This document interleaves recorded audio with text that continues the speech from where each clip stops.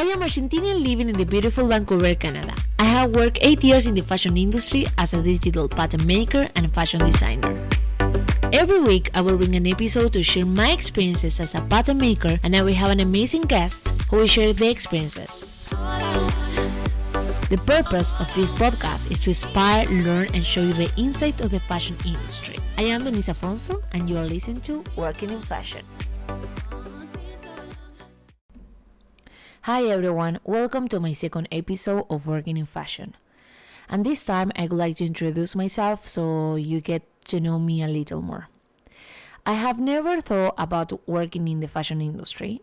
A fun fact about me is that when I finished high school, I want to be a lawyer. I spent 2 years at the law school, but it was not my true passion.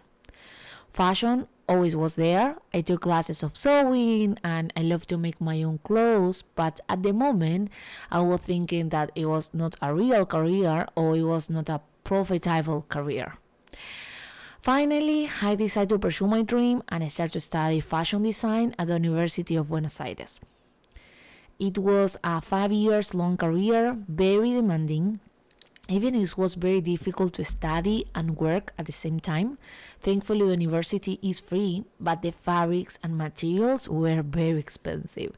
And even I didn't get enough sleep. Anyone who studied fashion design will understand me. In the middle of my career, I had a pattern making course, and these subjects changed my mind. I love the idea about creating and making a garment from scratch, and I realized that my passion was the technical side of the fashion industry. Even I didn't know that the pattern maker was a career.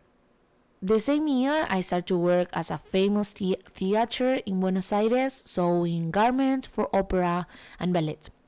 It was the best experience in my life, but I did not see myself working in costume design for a long time. So I decided to start to work in a small fashion brand as an assistant fashion designer, and I had the opportunity to make my first patterns. And usually in Argentina, all employees have to perform many tasks at the same time, so I was assistant designer, printer designer, / pattern making, / everything. So in this brand, I learned a lot about print design, pattern making, designing.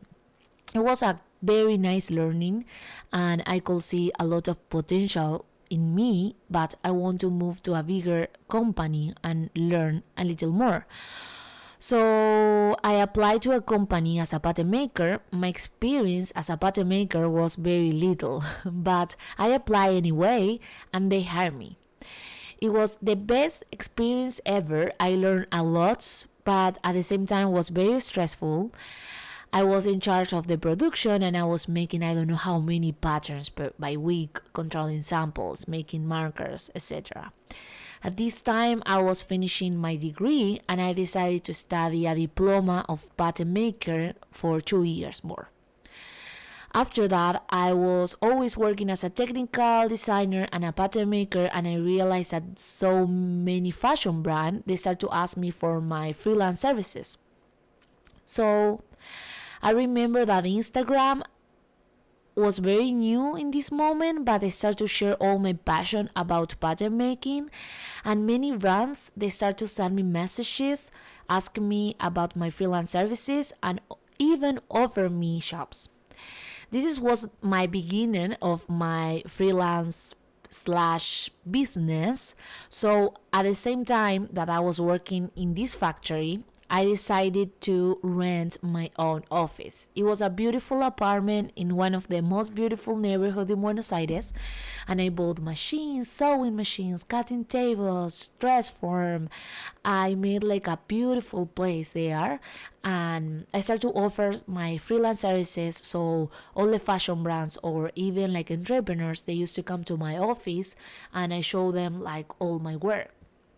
And I started to work for so many fashion brands that even I have to call like 2 colleagues that they start to help me with these fashion brands. But When I was finishing my degree at the same time, my university selected the best thesis among all. The winners have the opportunity to participate in the Fashion Week Buenos Aires with all expenses covered and showcase their collection to everyone. And my thesis won the competition. This experience was amazing, but it was during my last month in the country because I know that I was moving to Canada very soon, so it was a nice goodbye to my city and my career. Moving to Canada and leaving my position at my last company and closing my business was not an easy decision, but at the same time, when appeared this opportunity, I was thinking maybe it will be a good idea to go to Canada and start to have like more experience in the fashion industry there. But I will tell you more about my experience in Canada in another episode. But my lesson for this episode is that it doesn't matter if at first you don't find your place in the fashion industry, or even if you lack of contact or references, life itself will gradually reveal the profession that is right for you. If someone has told me that I will have to study fashion design to discover my passion for pattern making, I couldn't have believed them. I hope that you enjoyed this episode, and I see you the next week in Working in Fashion. Thank you. Thank you so much for joining me today on Working in Fashion. I hope that you enjoy it. If you find value in today's episode, I would greatly appreciate it if you can take a moment to subscribe, leave a review, and share this podcast. For more information of my services or to connect with our guests, visit my website. Until next time, stay curious and keep exploring.